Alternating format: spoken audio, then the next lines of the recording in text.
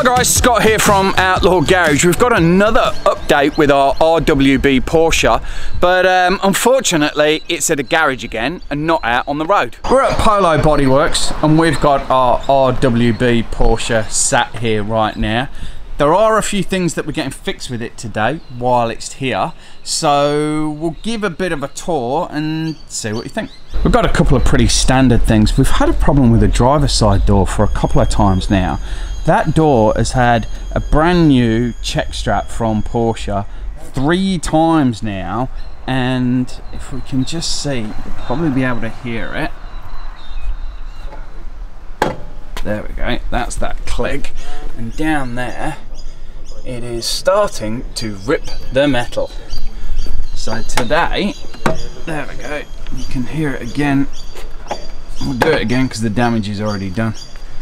But there we go, that's a bit of a problem. So the check strap has been changed a couple of times, but it's just a bit of a problem with that door. The passenger side door is fine, so we're going to get that done before it causes too much more problems with the door itself. And if that check strap goes and all of a sudden the door kind of blows open, we'll damage all the door and potentially the fender down the side as well, so that'll be an issue. So we've had a lot of questions about the wing. It is road legal, we've got no issues with that. We've had it actually inspected by an engineer, so no issues there. The only slight problem that we do have with it, and we should have perhaps picked this up when we were putting the wing on, the uprights here, where Nakai has signed, are carbon fibre. Of course they come with a flat top when they first come, and Nakai shapes them to put the top of the wing on, but what that actually resulted in is a bit of an edge here, and it is a reasonably sharp edge, and it is on both sides. I don't know if we can see the other side slightly better. There we go. So we're just gonna get a radius put on that because that is sharp and legally we're not allowed that, so we're going to get that fixed up today. 2 other problems that we've got with the car, and I think we'll be able to show those if we just turn on here.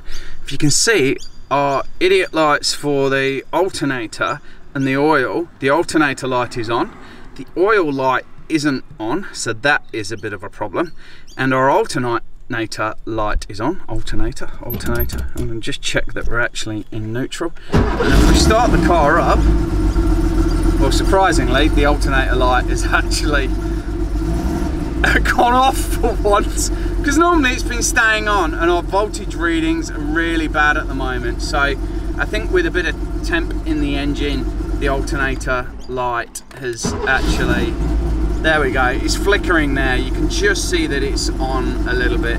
The alternator's just playing up.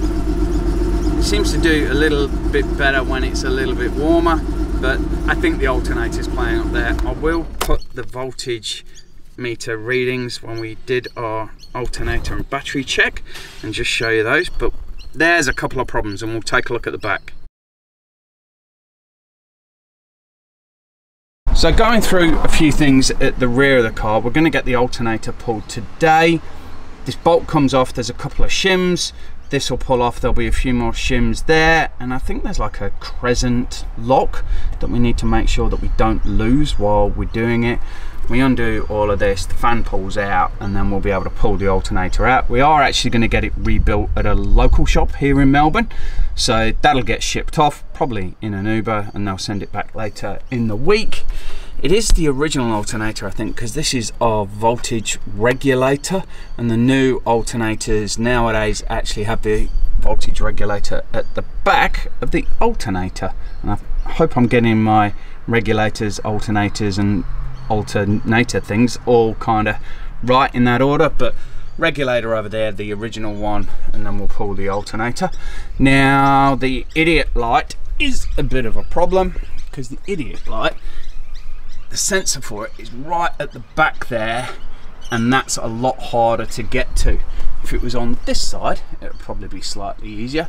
And we have got a bit of a task where we are going to be removing the heater system, so all this piping will go and all that will go from there, but that's in a couple of weeks. I think we'll do that. I think once that goes in to do that, and this makes this all a little bit tidier, then we'll be able to get to the idiot light sensor And I genuinely think what's happened is either the cable is disconnected from the sensor, and I think it has 2 cables that go onto it, or the cable might actually be a little bit damaged, because I think if it was the sensor, the light would probably be on all the time. So I think we've got a slight wiring issue. So that'll be a lot easier to fix without kind of partially dropping the engine to get to it, because we should be able to reach around when we've moved a few things out the way to be able to connect the wire and sort it all out. So that's our jobs for a few days with the RWB. We have got it, like we said, we've got a few oil leaks that we've got to get fixed up, but I think if we get the door done, that stops that damaging any work on the car. Take the sharpness off the wing, and the wing is then fully compliant and road legal, and we'll fix up the alternator and bits and bobs, and we should be back on the road thinking in a couple of days. So let's see how we go. Well, there's a bit of an update on our RWB. I'm kind of hoping that soon we're going to progress from all these running in issues that we've had to some upgrade challenges that we've got planned for the car. But stay tuned, plenty more coming with this, and we'll catch you later. See you guys, bye.